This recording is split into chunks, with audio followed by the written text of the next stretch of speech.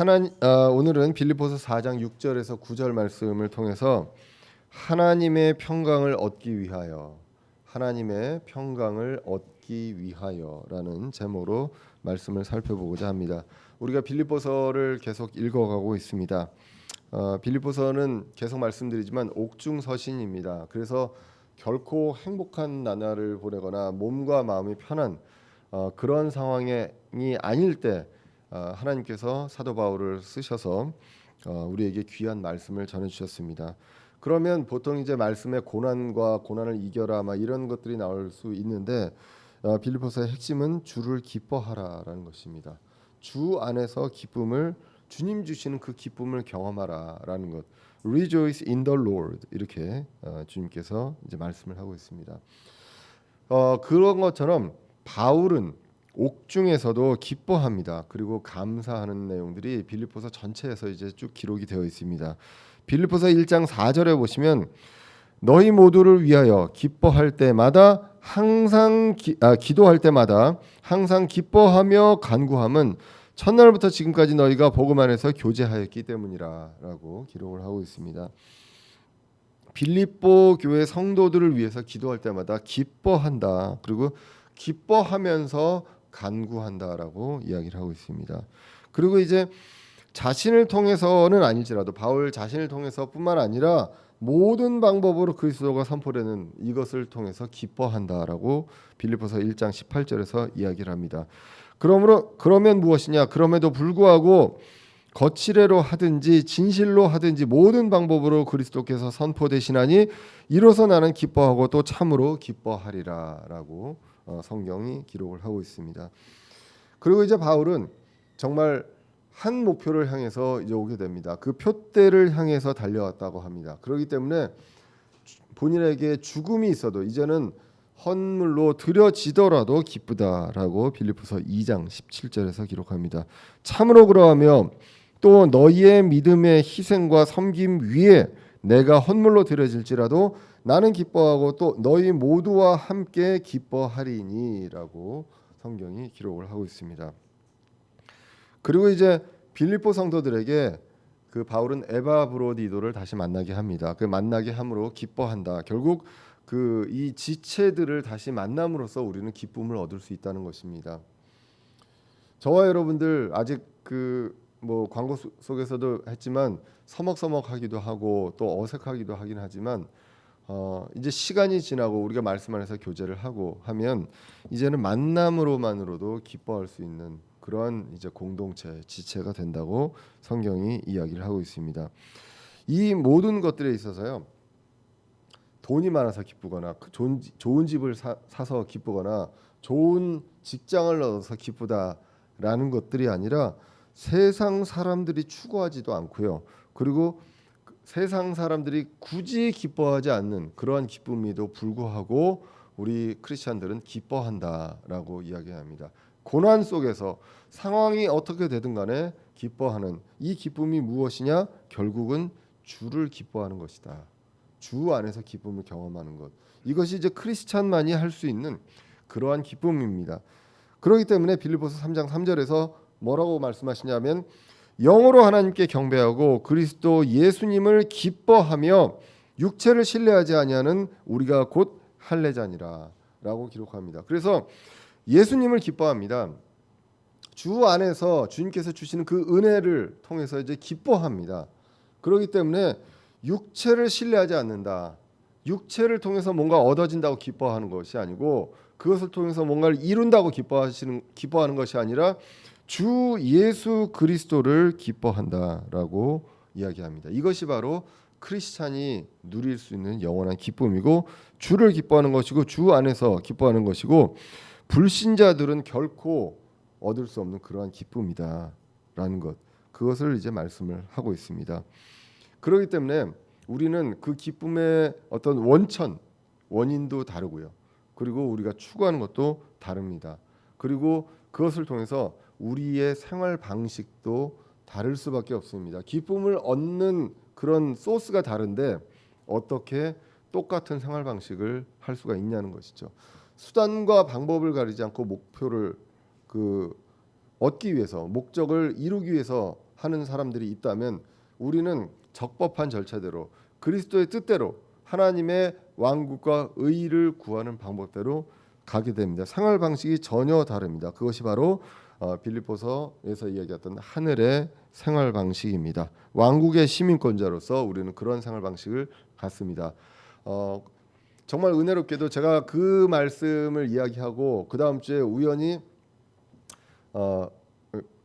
본의 아니게 이제 수동감시자로 격리되었을 때 김진아 형제님께서 말씀을 전해주셨는데, 김진아 형제님께서 저는 이제 어떤 우리의 생활 방식은 하늘의 생활 방식이고 어떤 세상과 다르다라고 했는데 그 부분들에 대해서 구체적으로 어떤 것들이다라는 것을 지난주에 말씀을 해주셨습니다. 그래서 천국으로 말씀하시면서 우리가 그리스도를 보고 또 율법을 보면 우리가 새 하늘과 새 땅, 그 새 예루살렘에서 우리가 어떻게 살아갈지를 볼 수 있다.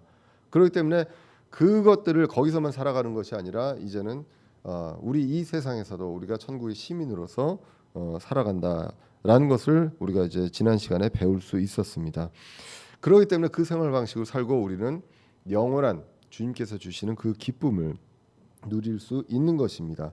그래서 4장 4절에서 다시 강조했습니다. 주를 기뻐하라는 것을 반복해서 강조하고 있습니다.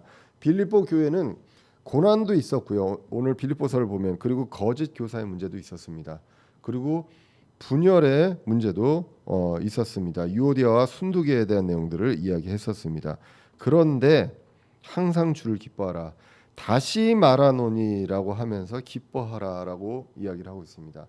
자, 근데 이 기쁨은 어떻게 보면 결과입니다. 우리가 보고 어떤 상황에 처해져 있을 때 그리고 주님을 보고 어떤 그 상황이 느껴졌을 때 우리가 그런 것들을 볼 때 느끼는 것이 바로 결과라고 볼 수 있습니다. 그런데 이 결과 이전에 우리에게 그러한 기쁨을 누릴 수 있는 마음이 있어야 되겠죠. 그 마음이 바로 평강이다라는 것입니다. 그리고 감사가 있을 수 있습니다. 그래서 주님을 믿는 자에게는 반드시 평강이 있다라고 성경이 기록합니다. 이 평강을 이제 마제스티판 그 새로 나온 그 성경에서는 이제 화평 이렇게 이야기를 했습니다. 왜냐하면 평강, 화평, 평화로 나와 있는 이 단어들이 킹제임스 성경에는 다 피스로 되어 있습니다. 그렇기 때문에 어떤 이제 문맥에 맞게 이제 쓰는데 화평으로 이야기를 하고 있습니다. 어떻게 보면 사람한테 꼭 필요한 부분들이 바로 이 평강, 마음의 평강, 마음의 화평입니다. 그래서 마음의 평강이 있을 때 우리가 감사와 기쁨이 넘친다라는 것입니다. 이 평강은요, 그 화평, 이것은 믿는 우리에게 있다고 성경은 기록합니다. 이사야서 26장 3절에 보시면 주께서는 생각을 주께 고정시킨 자, 생각을 주께 고정시킨 자를 완전한 평강으로 지키시리니 이는 그가 주를 신뢰하기 때문이다라고 기록합니다. 어떻게요? 우리의 생각을 어디에 고정시킵니까? 세상과 멘토와 어떤 여러 그 롤 모델이 있을 수 있지만 생각을 주께 고정시키는 자, 이 고정시키는 자를 지키시는데 어떻게 지키시느냐? 그냥 일시적인 평강이 아니라 완전한 평강으로 지키신다라고 기록을 합니다. 왜냐하면 그가 주를 신뢰하기 때문이라라고 기록합니다. 그리고 이제 이사야서 48장 22절에서는 주께서 이르시되 사악한 자에게는 평강이 없다 하시느니라. 그렇기 때문에 이 사악한 자의 불신자들에게는 평강이 있을 수 없습니다. 이것을 분명하게 구별해서 이야기를 합니다. 그래서 예수님도 그렇고 바울도 그렇고 성경을 써나가면서 이제 이 서신서라든가 이런 것들을 써나갈 때 반드시 축복 인사, 문안 인사를 할 때 거기에 평강이 들어갑니다. 누가복음 24장 36절에서 예수님께서 부활하시고 제자들에게 나타나셨을 때 이렇게 기록합니다. 그들이 이같이 말할 때 예수님께서 친히 그들의 한 가운데 서서 그들에게 이르시되 너희에게 평강이 있을지어다 하시니라 라고 기록하고 있고요. 그리고 바울도 하나님의 은혜와 평강이 풍성하기를 원하노라 이런 내용들을 이제 고린도 전후서 이제 그 1장 첫 부분에도 있고요. 그리고 서신서의 뒷 부분에도 항상 이러한 부분들을 그 이야기를 하고 있습니다. 오늘 이 말씀 읽어본 걸 보면 평강은요 은혜와 함께 그리스도인에게 주어지는 특권입니다. 특권. 은혜와 평강으로 우리는 감사와 기쁨을 느낄 수 있는데 이 평강은 누구의 평강이냐? 바로 하나님의 평강이라는 것입니다. 세상 사람들이 주는 어떤 상황이 주는 물질이 주는 이러한 평강이 아니라 하나님께서 주신 하나님의 평강이다라는 것을 이야기합니다. 오늘 본문은 이 평강을 반복해서 언급합니다. 이 평강의 중요성은요, 이 마음의 화평 이거의 중요성은 제가 꼭 강조하지 않아도 알 수 있습니다.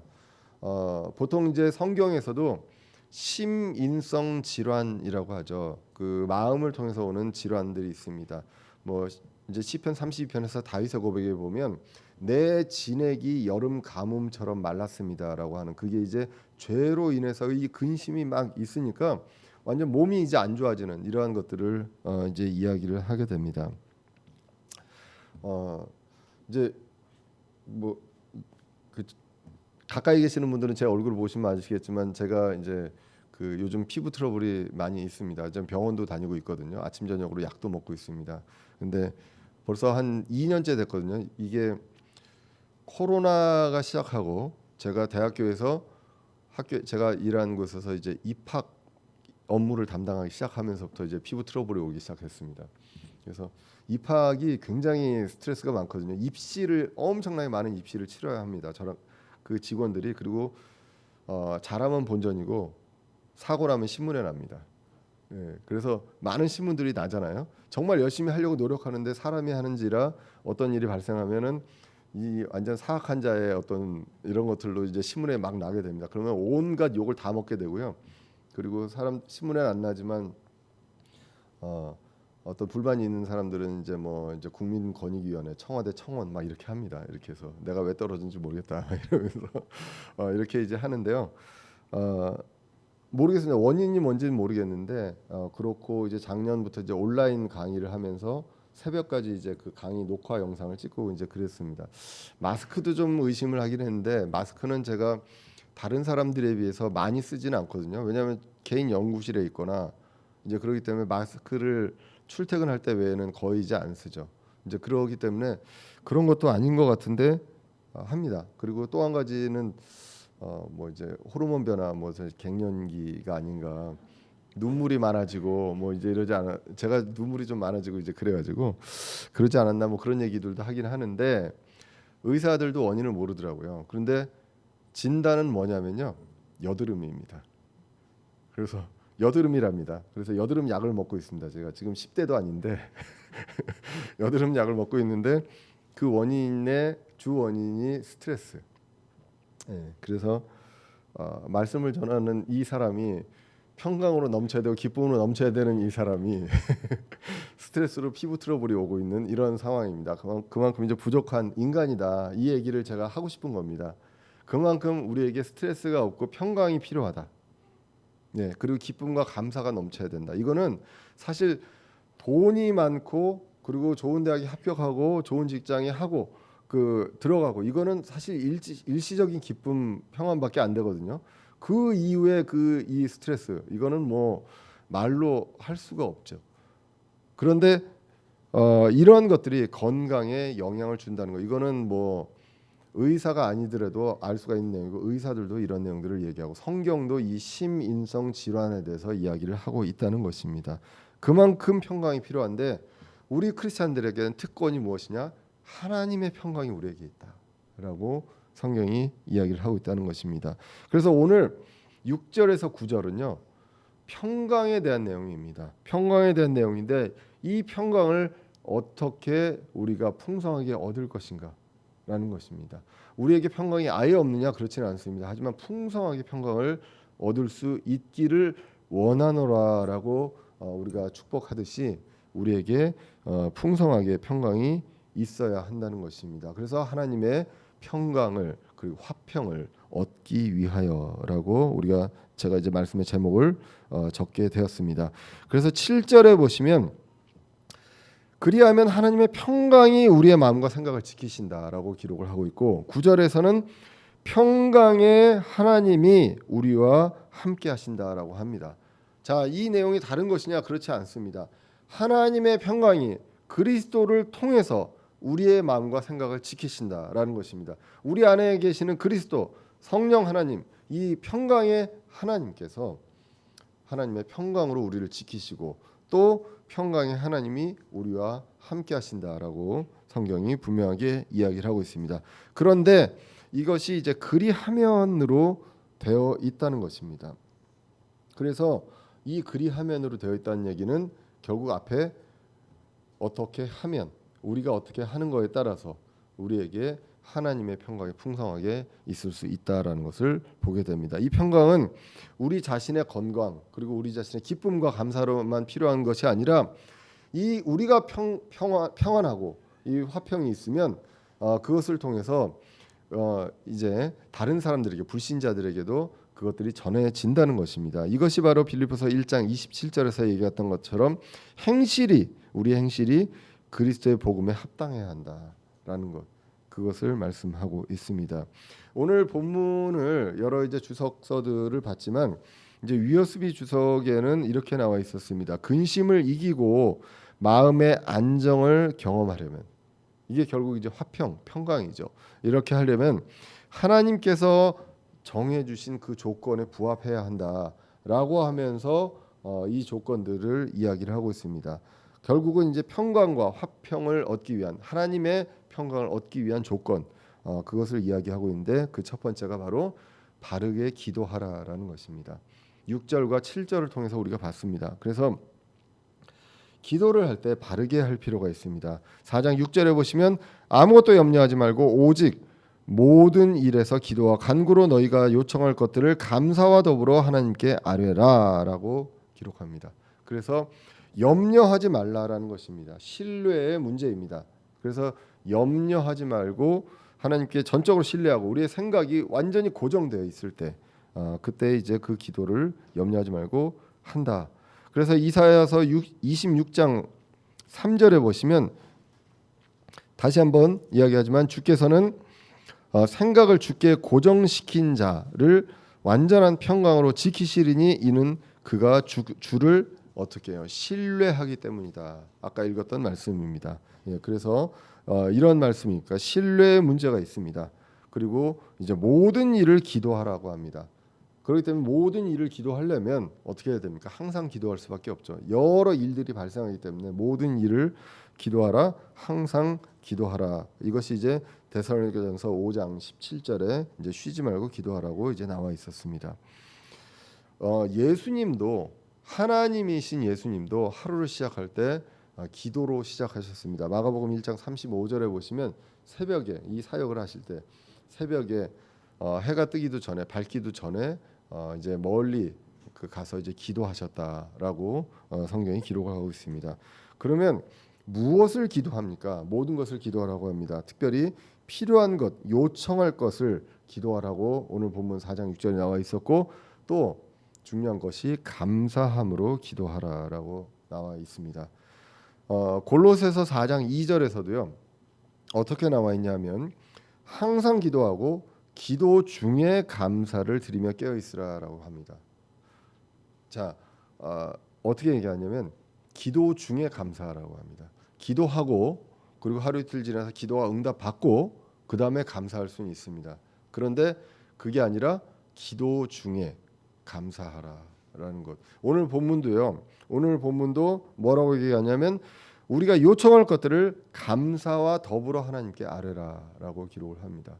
그래서 이제 그 미국 사람들은 이제 기도 뭐 이렇게 할 때 이 약자로 하는 걸 되게 좋아하거든요. 그래서 기도할 때 뭘 하라고 하냐면 act라고 합니다. ACTS. 이 act가 사도행전이죠.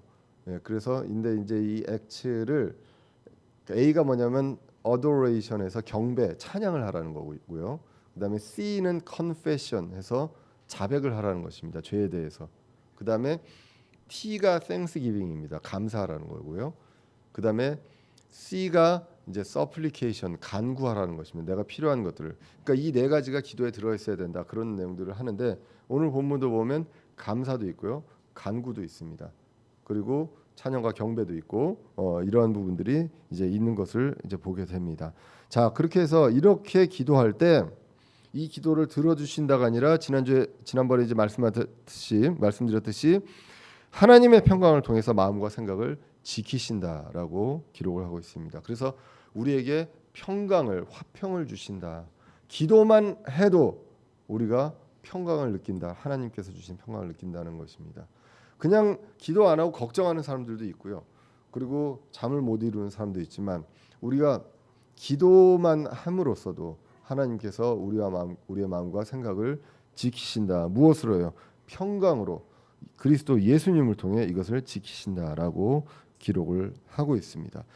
기뻐할 수 없는데 기뻐하고요. 감사할 수 없는데 감사하는 이것이 우리 신자들에게 일어납니다. 왜? 하나님의 평강이 우리 안에 있기 때문입니다. 그렇기 때문에 바른 기도가 하나님의 평강을 얻는다라고 이제 성경이 기록을 하고 있습니다. 더 나아가서 이야기한다면 내가 필요한 것들, 내가 원하는 것들을 기도할 수도 있습니다. 그래도 하나님께서 우리의 마음과 생각을 지키십니다. 그런데 구할 것을 구하면 더 좋겠죠. 그것이 마태복음 6장 33절에 나온 것처럼 하나님의 왕국과 의를 구하라. 그러면 나머지 필요한 것들 다 더해 주시리라라고 성경이 기록을 하고 있다는 것입니다. 그래서 첫 번째 평강을 얻기 위한 조건이 바로 바르게 기도하라라는 것입니다. 그리고 이제 두 번째가 바르게 생각하라는 것입니다. 바르게 생각하고 바르게 판단해야 하겠죠. 그것이 이제 8절에 나와 있습니다. 어떻게 보면 평강, 기쁨, 감사 이런 것들은 우리 마음의 생각이거든요. 그래서 이러한 것들을 곰곰이 생각하라라고 이제 8절에 기록을 하고 있습니다. 끝으로 형제들아 무엇이든지 진실한 것과 무엇이든지 정직한 것과 무엇이든지 의로운 것과 무엇이든지 순수한 것과 무엇이든지 사랑스러운 것과 무엇이든지 좋은 평판이 있는 것과 덕이 되는 것과 칭찬이 되는 것이 있거든 이런 것들을 곰곰이 생각하라라고 성경이 기록합니다. 무엇이든지 whatever입니다. 무엇이든지 이런 것들을 생각하라라고 하면서 이제 한 8가지가 나오게 됩니다. 그래서 첫 번째가 가장 중요한 것부터 나오고 점점 구체화되어서 나오는 것을 이제 보게 됩니다. 가장 우리에게 중요한 것, 진실한 것이 무엇이냐? 과연 진리가 무엇이냐? 진실한 것, true입니다. true. 그리고 이거의 명사가 진리죠. 그것이 바로 truth죠. 그래서 진실한 것 그리고 진리가 과연 무엇이냐? 우리는 진실한 사람을 생각하기도 하고 학문에서 과학이나 이런 것들이 사실이다, 진실이다 이렇게 생각하기도 합니다. 철학을 가지고 이것이 진리다라고 생각을 하지만 성경은 이야기합니다. 로마서 3장 4절에서 참으로 하나님은 진실하시되 사람은 다 거짓말쟁이라 할지어다라고 기록합니다. 진실하신, 완벽하게 진실하신 분은 바로 하나님이시다. 그리고 누가 진리냐? 무엇이 진리냐?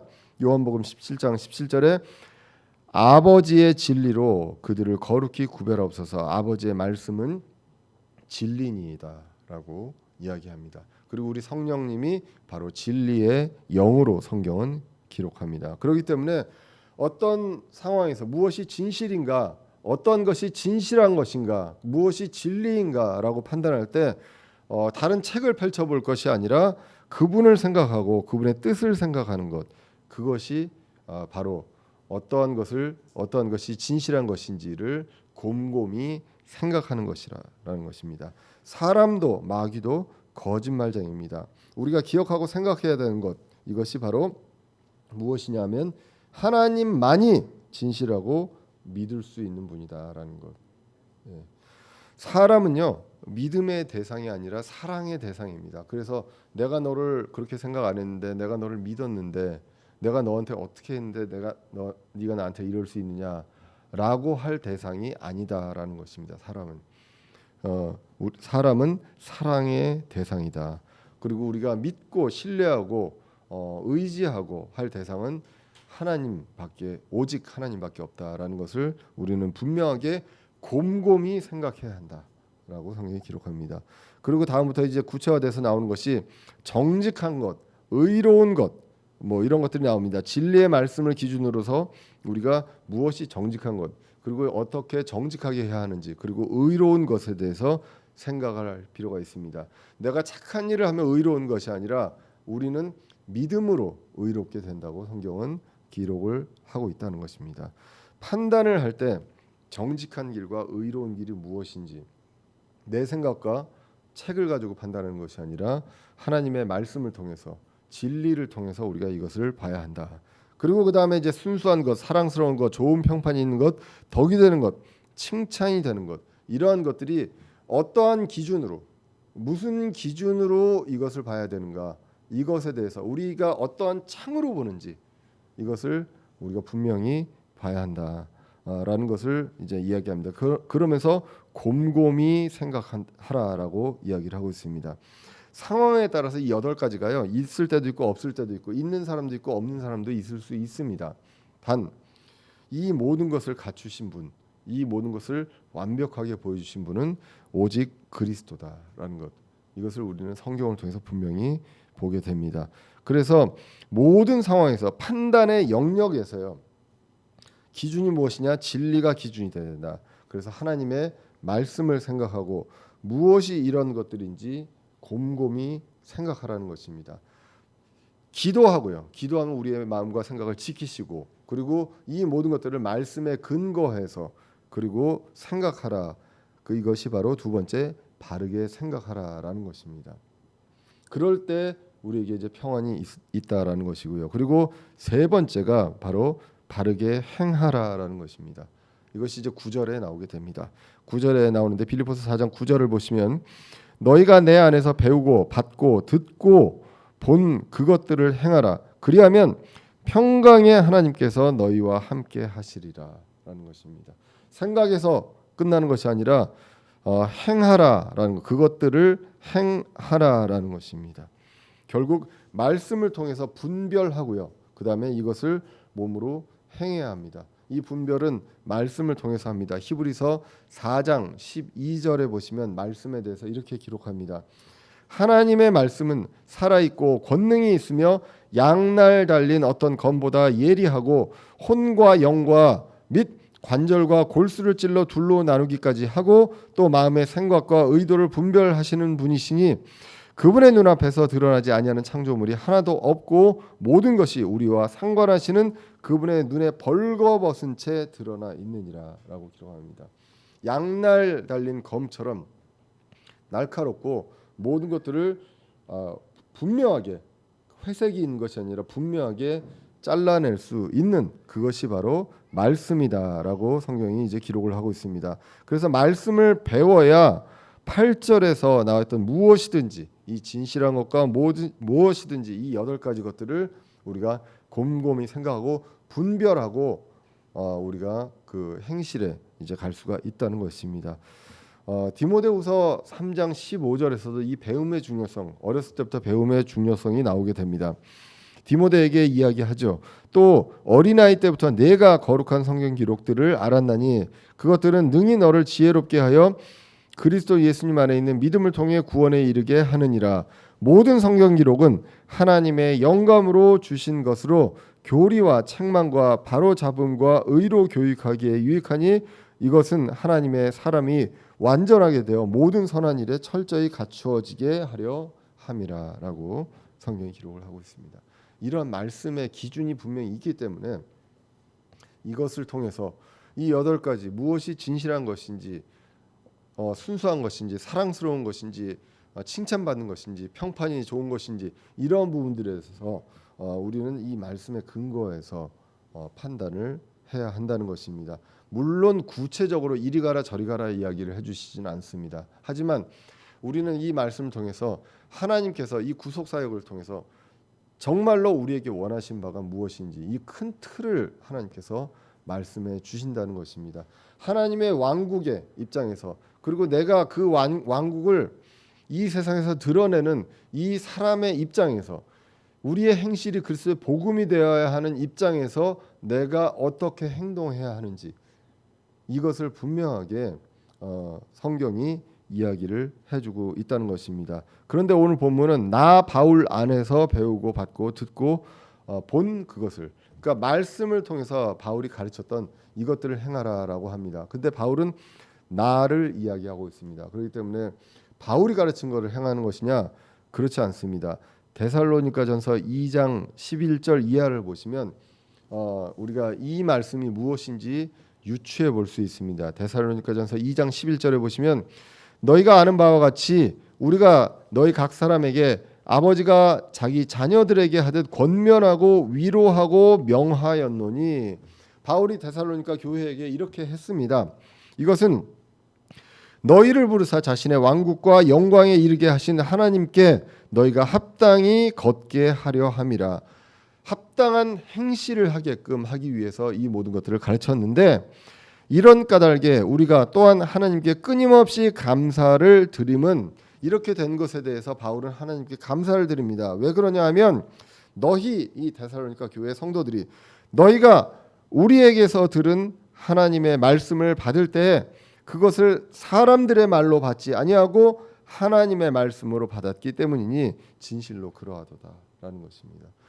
바울이 전한 말씀을 바울이 이야기했다고 한 것이 아니라 하나님께서 바울을 통해서 이것을 주셨구나라고 받는 것입니다. 그렇기 때문에 결국 말씀을, 하나님의 말씀을 배우고 듣고 그것을 가지고 무엇이 진실한지 곰곰이 생각하고 이것을 그대로 행하는 이러한 것들이 이루어져야 한다라고 이야기합니다.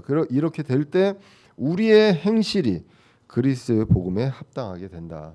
이것이 이제 빌립보서 1장 27절에 오직 너희 행실을 그리스도의 복음에 합당하게 하라라는 말씀으로 이어지게 됩니다. 보통 우리가 다수의 사람들이 행하는 것들을 생각하게 됩니다. 그리고 유행에 휩쓸립니다. 이 나이 때 이 정도 되면 이렇게 살아간다. 많은 사람들이 이렇게 생각한다라는 것들을 이야기합니다. 그런데 사실요, 이게 조금만 영역을 넓혀서요, 다른 나라에서도 똑같은 생각을 하느냐, 그렇지 않은 경우들이 많거든요. 그렇기 때문에 이러한 부분들에 있어서 생각의 기준을 그냥 내 주위의 사람, 내 또래, 지금 우리나라에서 이 지역에 있는 사람들로 국한시키는 경우들이 많은데, 그것이 얼마나, 성경을 떠나서도요, 얼마나 그것이 의미 없고 부질 없는 것인지를 보게 됩니다. 특별히 이제 저도 예전엔 몰랐는데 외국에 살다가 이제 와서 보니까 우리나라 사람들이 가장 신경 많이 쓰는 것 중에 하나가 체면입니다. 그리고 남들이 보게 하는, 남들이 나를 어떻게 보는가, 이걸 굉장히 많이 신경을 쓰고요. 그렇기 때문에 고등학생들도, 제가 이제 입학에 있어 보면 알지만 고등학생들도 무조건 그냥 인서울, 그다음에 수도권, 그다음에 쭉쭉쭉쭉 이제 내려갑니다. 세상에 이런 나라가 어디 있어요? 지역마다 명문 대학이 있는데요. 우리는 무조건 서울, 경기에 있으면 명문입니다. 이게 옛날에 비해서요 더 심해졌거든요. 옛날에는 지역의 국립대학이 그래도 굉장히 좋은 대학이다라는 인식이 있었는데 요즘은 그거 자체가 없어집니다. 그러니까 이게 거꾸로 가고 있는 그런 것들입니다. 이것들을 굉장히 많이 신경 쓰는데, 늘 이야기하지만 이거 정말 부질 없는 짓입니다. 그리고 아무리 우리나라에서 명문대, 우리나라에서 진짜 좋은 대학이라고 해서 나와도 해외 나가 보면 그냥 한국에 있는 대학입니다. 그 어느 대학도 알아주지 않거든요. 요즘 우리나라는 이제 순위 경쟁을 합니다. 전국 대학교 평가에서 QS 평가, 무슨 TH 평가 이런 것들 하는데 거기에 우리가 몇이었다라고 하는데요. 그런다고 서울대가 뭐 100위권 안에 들었다고 해가지고 그 해외에 우리가 알고 있는 대학들이 더 좋아졌다고 생각은 아무도 안 한다는 것입니다. 근데 그런 것들에 목매고 있고 그런 지표를 위해서 열심히 노력하고 있습니다. 정말로 많은 에너지를 거기다 소모하고 있거든요. 근데 그런 것들이 사실 정말 부질없는 것인데, 그냥 믿지 않는 사람들 입장에서도 부질 없는 것인데, 우리 크리스찬 입장에서는 이런 모든 것들이 정말 소용이 없는 것이죠. 기준이 없이 그냥 유행과 다수와 내가 내 주위에 있는 사람들을 통해서 따라가는 것, 그런 것들은 아무 의미 없고 그걸 통해서 얻는 기쁨도 잠시뿐이다라는 것입니다. 그것이 우리에게 평강을 줄 수 없다는 것입니다. 진리의 기준 없이 판단을 하고 행하는 것, 이것을 통해서 하나님의 평강을 얻을 수 없습니다. 잠시 얻는 기쁨으로 만족할 수밖에 없고요. 그리고 이것은 마귀의 속임수라는 것입니다.